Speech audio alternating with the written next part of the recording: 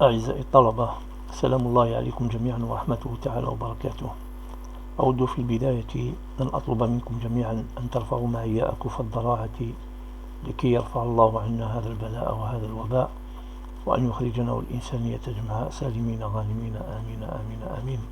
رحم الله الشهداء من الموتى، وحفظ الله المجاهدين من القائمين على محاربة هذه الجائحة الذين هم في الصفوف الأولى. هذا وأتمنى أن نبدأ الدرس وأنتم في صحة وعافية.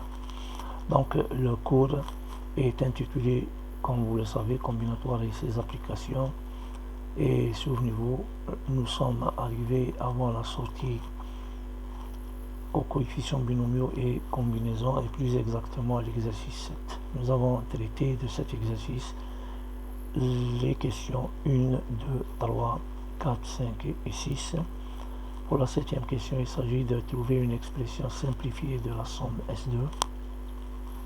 Pour la question 8, il s'agit de trouver le coefficient du trinôme A à la puissance 5, B à la puissance 5, C à la puissance 2020 dans le développement de A moins B plus 2C à la puissance 2030. Et pour la question 9, il s'agit de démontrer ces deux inégalités. Comme d'habitude, après chaque paragraphe, je vous propose un devoir et je voudrais que vous le fassiez en utilisant le LaTeX. Soit M une matrice carrée, on définit l'exponentielle de M par analogie, tel que nous l'avons fait pour les nombres réels et les nombres complexes, comme étant la limite quand n tend vers l'infini de la somme partielle de k allant 0 jusqu'à n de M à la puissance k sur factoriel k. M à la puissance k veut dire le produit de M k fois. En admettant que cette limite existe, et en admettant aussi que AB est égal BA, c'est-à-dire les deux matrices A et B commutent, alors montrer que exponentielle de A plus B est égal à exponentielle de A fois exponentielle de B. Pour la deuxième question, choisis cette matrice-là et il faut calculer exponentielle de 1. Nous introduisons aujourd'hui les coefficients multinomiaux. La définition est simple. Nous allons se donner k entier positif tel que n1 plus n2 plus nk égale à n. Le coefficient multinomial noté tel que vous le voyez ici est défini par le rapport factoriel n sur factoriel n1 fois factoriel n2 fois factoriel nk. Vous avez certainement dû remarquer que si vous avez exactement deux entiers n1 plus et n2 tel que n1 plus n2 égale à n, alors le coefficient multinomial devient un coefficient binomial et qui est exactement le coefficient binomial classique que vous connaissez, soit n, n1 ou bien n, n2. Une interprétation combinatoire du coefficient multinomial. Alors, on peut interpréter ce coefficient comme étant le nombre de façons de partager un objet sur K1, U1 jusqu'à UK, de telle manière à ce que l'une UI reçoit un I objet. Comme c'est un partage, on impose que N1 plus N2 plus NK égale à N. Pourquoi c'est le coefficient multinomial? On commence par le choix de N1 objet pour l'une U1. Nous avons combien de manières de le faire? Bien sûr, c'est le coefficient binomial N1 façon de choisir les N1 objets de U1. Il nous reste combien d'objets? Il nous reste N-1 objets. Nous devons choisir N2 objets pour l'une U2. Il y a combien de façons de le faire? Aussi, c'est le coefficient binomial N-1, N2.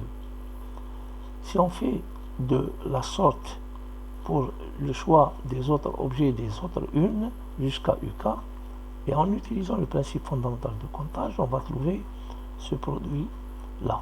En faisant des simplifications, nous allons tomber sur le coefficient multinomial. Il existe aussi une autre interprétation combinatoire du coefficient multinomial que je vous propose à titre d'exercice. Alors, montrez que le nombre de mots de longueur 1 sur l'alphabet 1 jusqu'à K contenant NI lettre I allant de 1 jusqu'à K est exactement le coefficient multinomial. Indication, ceci est équivalent à la recherche du nombre de permutations avec répétition. Exercice, trouver le nombre de plus courts chemins entre ce point-là de coordonnées 0, 0 à ce point-là de coordonnées AB avec A et B, deux entiers naturels non nuls.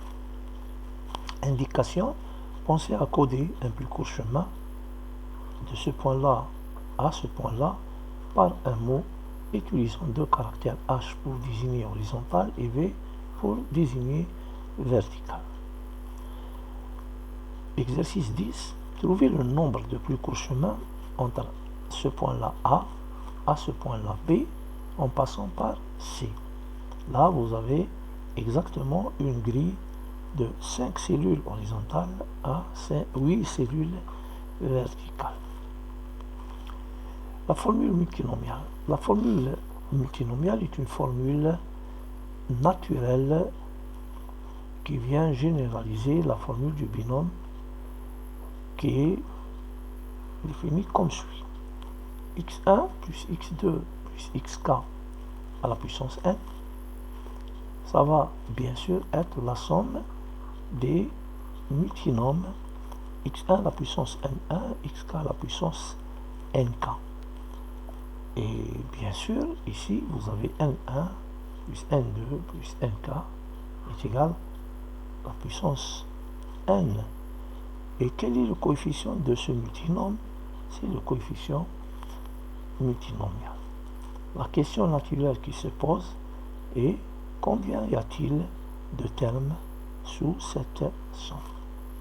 La réponse revient à trouver le nombre de solutions entières de l'équation n1 plus n2 plus nk égale à n, avec les ni supérieurs ou égal à 0.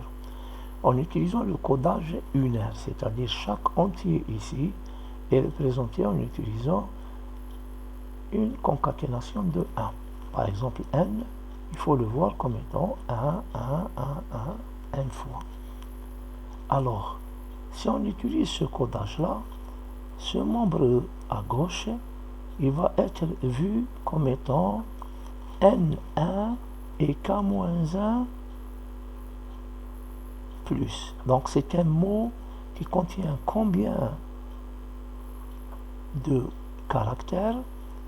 Il contient n plus k-1 caractères, d'accord?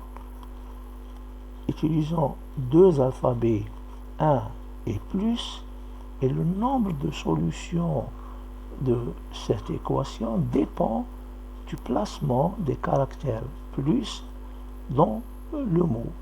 Et donc, le nombre de manières de choisir les places des plus est égal à ce coefficient binomial. Exercice 11. Supposons que nous avons 18 personnes qui prennent place dans un bus qui s'arrête à 3 stations.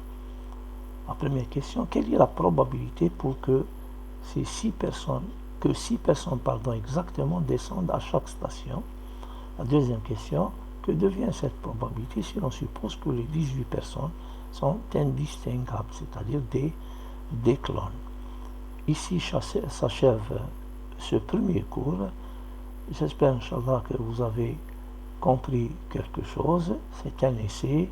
Alors, on va voir le feedback et qawa al-akhir.